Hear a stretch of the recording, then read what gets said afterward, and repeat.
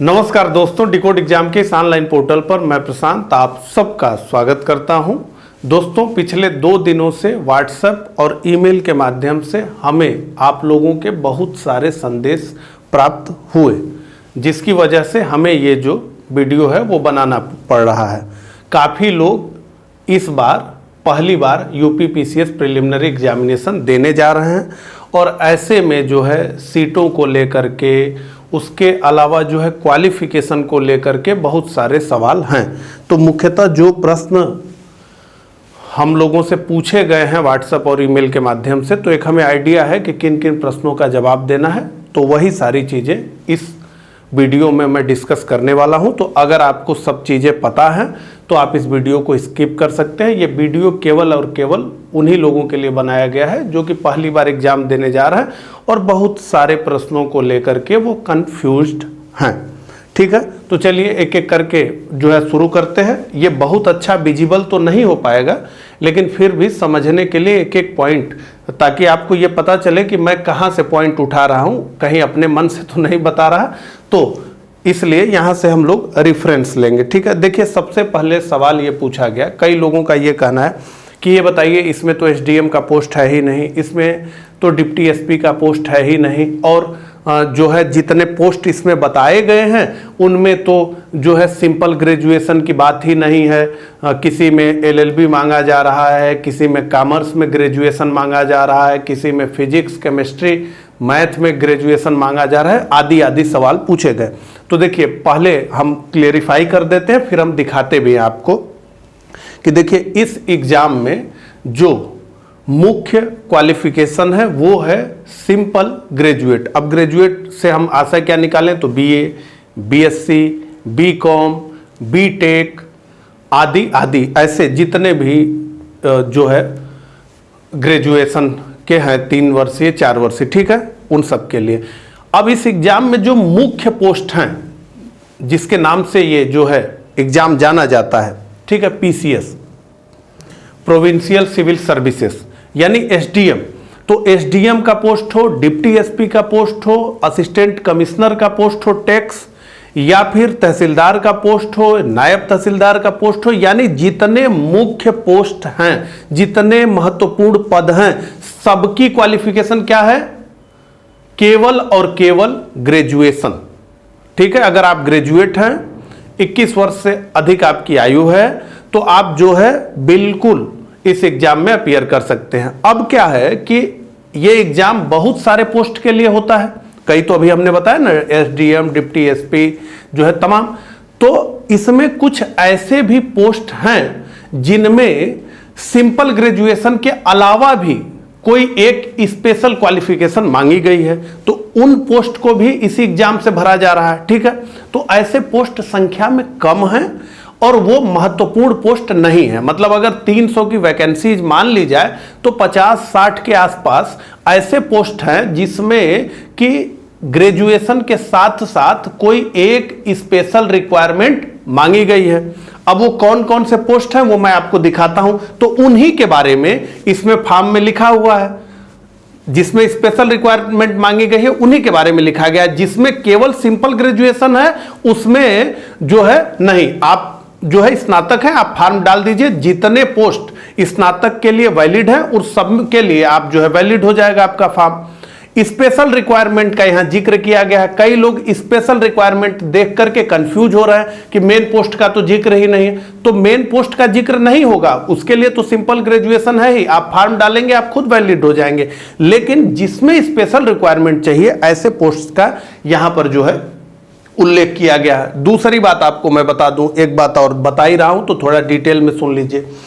देखिए ये जो combined state upper subordinate services PCS general recruitment, तो इसके साथ एक जो है पोस्ट में ऐसे ही जो है आप देखेंगे तो आईएएस के साथ भी होता है, असिस्टेंट कंजर्वेटर, ठीक है, और उसके अलावा रेंज फॉरेस्ट ऑफिसर। ठीक है, इन दोनों पोस्ट के लिए भी जो है एग्जाम होता है। तो प्रिलिमिनरी एग्जाम तो दोनों का सेम होता है, लेकिन मेंस में अलग अलग है। ठीक है, तो हमारा मुख्य फोकस है जो है ये पीसीएस के लिए। ठीक है, ये जो है असिस्टेंट कंजर्वेटर और फॉरेस्ट और रेंज फॉरेस्ट ऑफिसर, इनकी भी बात हम करेंगे। ठीक है, तो मुख्य बात समझ लीजिए। अब ये आपने समझ लिया। अब आ जाइए, अब हम देखते हैं कि किसमें जो है स्पेशल रिक्वायरमेंट है। ठीक है, किन किन पोस्ट में।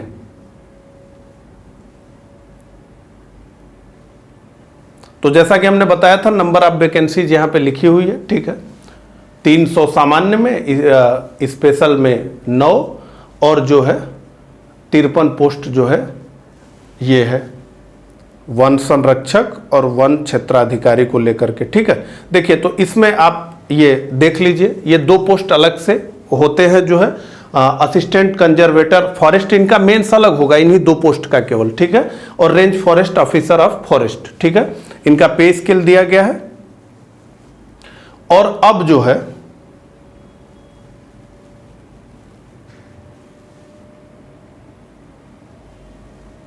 देखिए थोड़ा, हाँ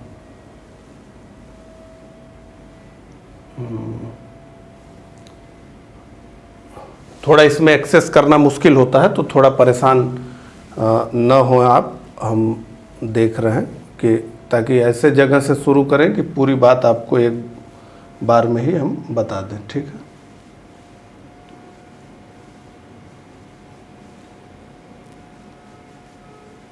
हाँ देखिए,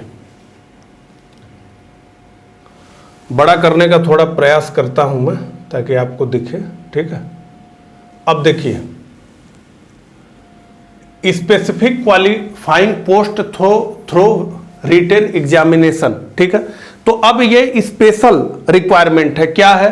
तो सब registrar assistant prosecuting officer transport अभियोजन अधिकारी की बात हो रही है। तो इसके लिए आप तभी एलिजिबल हैं जब आपकी डिग्री लॉ में हो, यानी आपने एलएलबी किया हो। ठीक है, डिस्ट्रिक्ट बेसिक शिक्षा अधिकारी associated DIUS and other equivalent administrative post district administrative officer. इसके लिए क्या है कि आप पीजी होने चाहिए।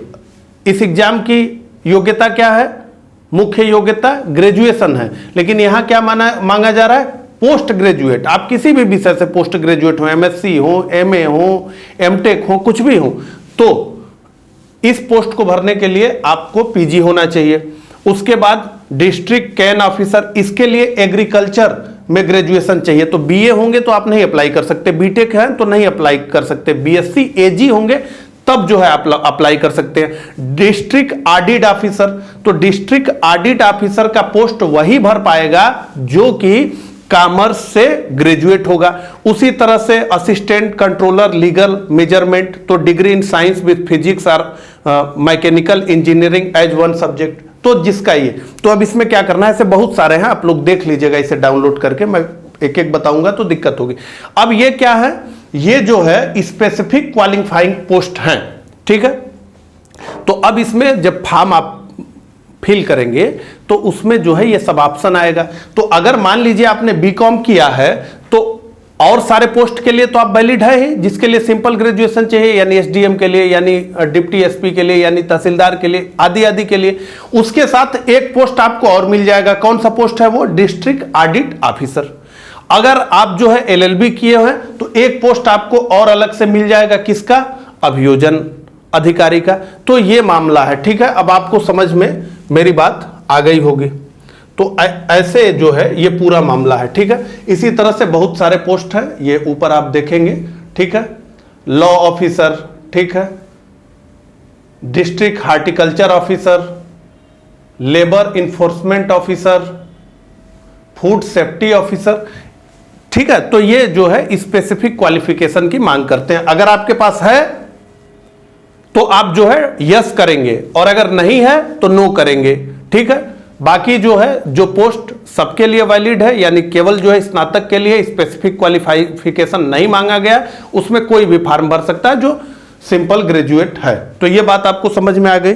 और क्या बात आपको बतानी थी वो अगर आप समझना चाहें तो थोड़ा जो है मैं आपको सहायक वन अधिकारी के बारे में बता देना चाहता हूं, और वन संरक्षक यानी जो है असिस्टेंट कंजर्वेटर और जो है रेंज फॉरेस्ट ऑफिसर, इनके लिए अलग से मेंस होना है। इसी में एकदम पीछे उसके बारे में जो है सारी चीज़ें लिखी गई है। इसमें सब्जेक्ट में जो है कुछ चीज़ें जो है बताई गई हैं इस पोस्ट के लिए। अब मैं यहाँ देख रहा हूँ तो ये पता ही नहीं चल रहा है कहाँ, बहुत ज़बरदस्त तरीके से इन लोगों ने लिखा। हाँ ठीक है, तो for the post of assistant conservator, अगर आपको जो है दोनों पोस्ट के लिए भरना है, पीसीएस के लिए भी भरना है और कंजर्वेटर ऑफ फॉरेस्ट के लिए भी भरना है, तो इसके लिए क्या योग्यता चाहिए आपको? तो देखिए यहाँ पे जो है लिखा हुआ है essential qualification a bachelor degree with at least, bachelor degree तो होनी ही चाहिए, ग्रेजुएशन तो होना चाहिए, with at least one of the subject namely botany, zoology, chemistry, physics, mathematics, geology, forestry, statics और bachelor degree in agriculture and bachelor degree in engineering. ठीक है, तो एक सब्जेक्ट के रूप में ये इतने सब्जेक्ट होने चाहिए आपके स्नातक में, बॉटनी होना चाहिए या जूलॉजी या केमिस्ट्री या फिजिक्स या मैथमेटिक्स। अगर ये है तो आप इस पोस्ट के लिए भी फॉर्म अप्लाई कर सकते हैं। मेंस में जब आप क्वालिफाई कर लेंगे प्री, तो दोनों अलग अलग फॉर्म भरना होगा। पीसीएस मेंस के लिए अलग भरना होगा, इसके मेंस के लिए अलग भरना होगा, क्योंकि प्री एक है, मेंस अलग अलग है दोनों के। ठीक है, उसके बाद ये तो एक पोस्ट हो गया, इसमें दो पोस्ट है। तो for the post of range forest officer, इसके लिए क्या है? Essential qualification a bachelor degree with 2 और मोर ऑफ द सब्जेक्ट, जो सब्जेक्ट मैं पढ़ रहा हूं उसमें से बैचलर डिग्री में 2 होने चाहिए। कौन कौन से हैं? Mathematics, physics, chemistry, botany, zoology, forestry, geology, agriculture, statics, horticulture and environment, or bachelor degree in agriculture, or bachelor degree in engineering, or bachelor degree in veterinary science from a university establish by law in India. ठीक है, तो ये इनका मामला हो गया। ठीक है, तो मुझे लगता है कि ये क्लियर हो गया आपको दोनों। ये मतलब एक ही एग्जाम है, इसमें जो है इन लोगों को अलग माना जाता है, असिस्टेंट कंजर्वेटर को और रेंज फॉरेस्ट को। हाँ, अब इसके बाद क्या है, कुछ लोगों ने मुझे कमेंट ये किया कि इसमें शारीरिक योग्यता भी चाहिए क्या? ठीक है, कि मतलब जो है फिजिकल का भी मामला है क्या, कि लंबाई कितनी चाहिए, चौड़ाई कितनी चाहिए, ये सब भी करना होगा क्या? तो वो भी बता देता हूं।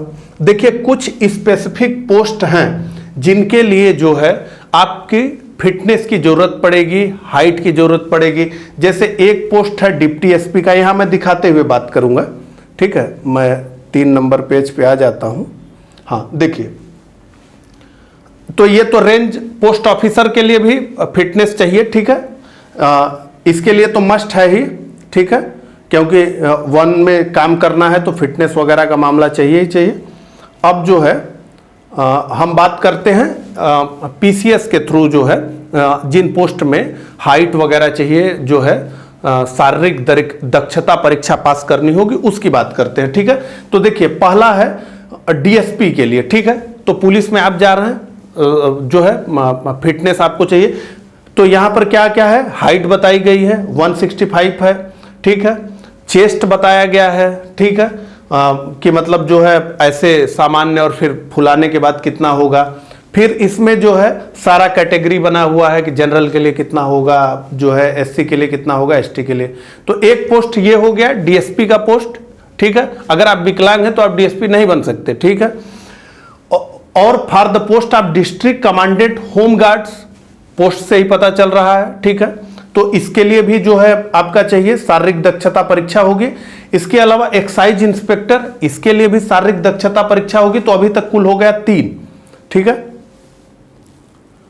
और उसके अलावा डिप्टी जेलर, इसके लिए भी शारीरिक दक्षता परीक्षा होगी। तो कुल 4 जो है ये पोस्ट हैं जिनके लिए जो है शारीरिक फिटनेस की जरूरत है, लंबाई चौड़ाई की जरूरत है, सीना फुलाने की जरूरत है। बाकी आप जो है दिव्यांग हैं तब भी एसडीएम बन सकते हैं, तहसीलदार बन सकते हैं। जितने भी प्रशासनिक पोस्ट है पुलिसिंग को छोड़ करके वो सारे आपको मिलेंगे। ठीक है, अब फॉरेस्ट रेंज ऑफिसर के लिए जो है, फॉरेस्ट कंजर्वेटर के लिए शारीरिक दक्षता चाहिए, उसको खुद से भी समझना चाहिए, वनों में काम करना है तो वो चाहिए।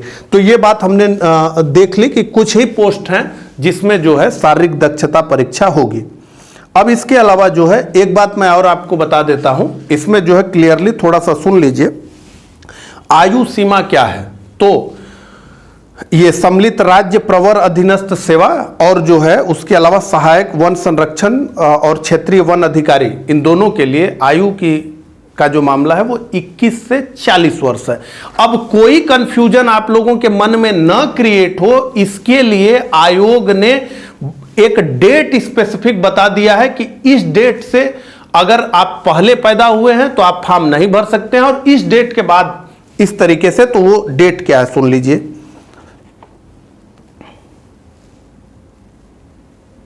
अगर 1